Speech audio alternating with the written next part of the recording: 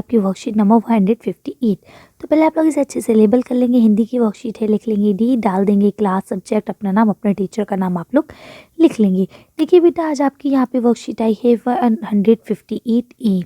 ठीक है, ये हिंदी की है और इसी के साथ 158 बी आपकी ईवीएस की आई है। ठीक है, तो ये दोनों वीडियो मैं अलग अलग अपलोड करूँगी, एक ए के नाम से और एक बी के नाम से। ठीक है, फिलहाल मैं एक ही बना रही हूँ, तो आप लोग एक ही देख लेते हैं और इसके बाद बी की भी शेयर कर दूंगी, तो आप उसे भी देख लेंगे। तो गुड मॉर्निंग मेरे प्यारे बच्चों, कैसे हैं आप सब? उम्मीद करती हूँ आप सब अच्छे होंगे। तो देखिए, आप सभी ने पाठ चावल की रोटी को ध्यान से पढ़ लिया होगा। निम्नलिखित गद्यांश को बोलकर पढ़िए और दिए गए प्रश्न के उत्तर दीजिए। तो चलिए पढ़ते हैं। तो लिखा है, कोको की मम्मी ने धान के खेत में जाने से पहले कोको के लिए चावल की 4 रोटियां बनाकर रखी थी उसके नाश्ते के लिए। ठीक है सॉरी। कोको को चावल की रोटी बहुत पसंद थी, इसलिए वे इन रोटियों को किसी के साथ बांटना नहीं चाहता था। ठीक है, तब कोको को बहुत ये रोटियां बहुत फेवरेट थी, इसीलिए वो इन्हें किसी के साथ बांटना नहीं चाहता था। ठीक है, इसलिए कोको ने इन रोटियों को अपने दोस्तों नैनी, मीनी और 3 सू से बचाने के लिए क्या करा? छुपा दिया। कहा? गुलाबी फूलदान के पीछे छुपा दिया और सबसे ये कहा कि मैंने अभी अभी डट कर नाश्ता किया है और मुझे बिल्कुल भी भूख नहीं है। अब पहला क्वेश्चन लिखा है, कोको की मम्मी ने कोको के लिए नाश्ते में क्या बनाया था?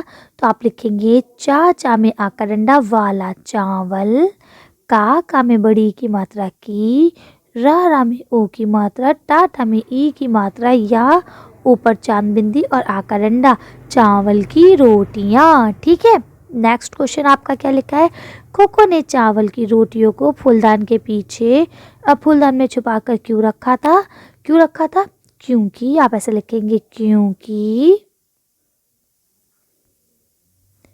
वे इसे बांटना, ठीक है, बांटना नहीं चाहता था। ठीक है, क्योंकि वे इसे बांटना नहीं चाहता था, इसलिए उसने छुपा दी थी। नेक्स्ट है, कोको के घर कौन कौन से दोस्त आए थे? तो आप लिखेंगे कोको के घर कौन कौन आए थे। देखिए, नैनी आई थी, ठीक है, मिमी आई थी, ठीक है, और उसके बाद तिनसू आया था। ये लिखा तिनसू। ठीक है, 3 दोस्त इसके घर आए थे। कौन कौन? नैनी, मिमी और तिनसू। ठीक, अगला लिखा है, कोको ने अपने चावल की रोटियों को दोस्तों से बचाने के लिए क्या क्या तरकीब लगाई थी? तो उसने क्या करा था? सबसे बड़े 2 काम करे थे उसने। एक तो कहा था कि उन्हें, एक तो उसने छुपा दी थी। ठीक है, तो आप ऐसे लिखेंगे, पहला लिखेंगे, पहले में लिखेंगे कि उसने उसे छिपा दिया था। ठीक है, पहला पॉइंट तो ये हो जाएगा कि उसने छुपा दिया था। ठीक है, और दूसरा पॉइंट ये हो जाएगा कि उसने झूठ बोला कि मैंने नाश्ता कर लिया है। तो ये 2 तरकीबें उसने लगाई थी। नंबर 1, उसे रोटी को छुपा दिया था, और दूसरी चीज़ ये कि उसने झूठ बोला था कि मैंने नाश्ता कर लिया है, ताकि वो दोस्त वहाँ से चले जाएं और वो बाद में अपनी रोटी सारी अकेले खा लें। लिख लेंगे आप लोग। चलिए अगला क्वेश्चन पढ़ते हैं। लिखा है, बच्चों आपने गद्यांश तो पढ़ लिया, अब ऊपर लिखे गद्यांश में आए गहरे रंग के सभी अक्षरों को एक बार फिर से ध्यान दीजिए। तो आपने ध्यान दिया होगा, का, की, के, ने, से, में, है ना, के लिए, इस तरह के वर्ड्स जो हैं आपके गहरे कलर के हैं। सॉरी, ये सभी शब्द लिखे गए वाक्य को पूर्ण करते, यानी जो वाक्य है उसको पूरा करते। अगर वो ना लिखा हो तो वाक्य अधूरा रहेगा। उदाहरण के लिए, कोको को चावल की रोटी बहुत पसंद है। अगर इन वाक्यों में से को, की हटा दिया जाए तो क्या होगा? ये वाक्य नहीं हो पाएगा पूरा। जैसे कि देखिए, ऐसा हो जाएगा, कोको चावल रोटी बहुत पसंद है। तो अब क्या समझ में आ रहा है? कुछ नहीं आ रहा ना। तो वही चीज़ कह रहे हैं कि इसमें को और की बहुत वैल्यू है। यह अधूरा लग रहा है। इन 2 शब्दों यानी को और की ने इस वाक्य को पूरा किया है। शब्दों को आपस में जोड़ने वाले शब्द जो है कारक चिन्ह के भांति होते हैं। इनको क्या कहते हैं? कारक कहते हैं।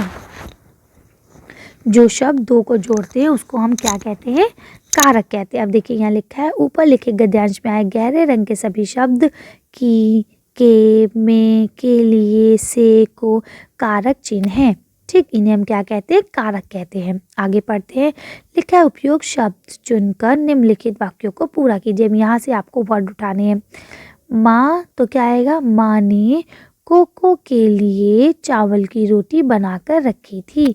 तो क्या जाएगा, माँ, तो यहाँ से ने ले लेंगे और दूसरे में आ जाएगा के लिए। माँ ने कोको के लिए, है ना, के लिए चावल की रोटियां बनाकर रखी थी। उसके बाद नेक्स्ट आ जाएगा, कोको रोटियों फूलदान छिपा कर रख दिया। तो क्या आएगा, कोको ने रोटियों को, है ना, तो यहाँ क्या आ जाएगा, कोको ने रोटियों को, फिर यहाँ को आ जाएगा, ये देखिए यहाँ लिखा है को, फूलदान यहाँ आ जाएगा में, ठीक है, छिपा कर रख दिया।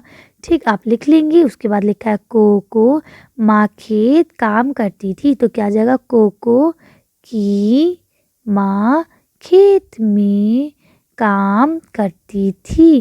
ठीक है, देखिए एक शब्द कई बार आएगा, उसमें कोई प्रॉब्लम नहीं है। ठीक है ना, आप कहेंगे मैम आपने नी 2 बार लिख दिया, तो उससे कोई प्रॉब्लम नहीं है, जो आएगा आप वो लिखेंगे। ठीक है, उसके बाद लिखा है को अपने मित्रों झूठा बहाना बनाया। तो क्या आएगा, कोको ने अपने मित्रों से झूठा बहाना बनाया। ठीक, तो इस तरह से आप आसानी से लिख सकते हैं, सेंटेंस को पूरा कर सकते हैं। यह आपके पेपर में भी आएगा, इसको आप लोग याद रखेंगे। ओके, चलिए आगे पढ़ते हैं अब आपका। तो देखिए यहाँ लिखा है, कोको की माँ ने उसके लिए चावल की रोटी बनाई। आपके घर में चावल से कौन कौन से पकवान बनाए जाते हैं, किन्हीं 4 पकवानों का नाम लिखे। तो देखिए एक तो हमारे घर में चावल की रोटी भी बनती है। ठीक है, चावल की रोटी बनती है और खाली चावल बनते हैं। ठीक है, इसके अलावा आप चावल की रोटी बनती है, खीर भी बनती है चावल से।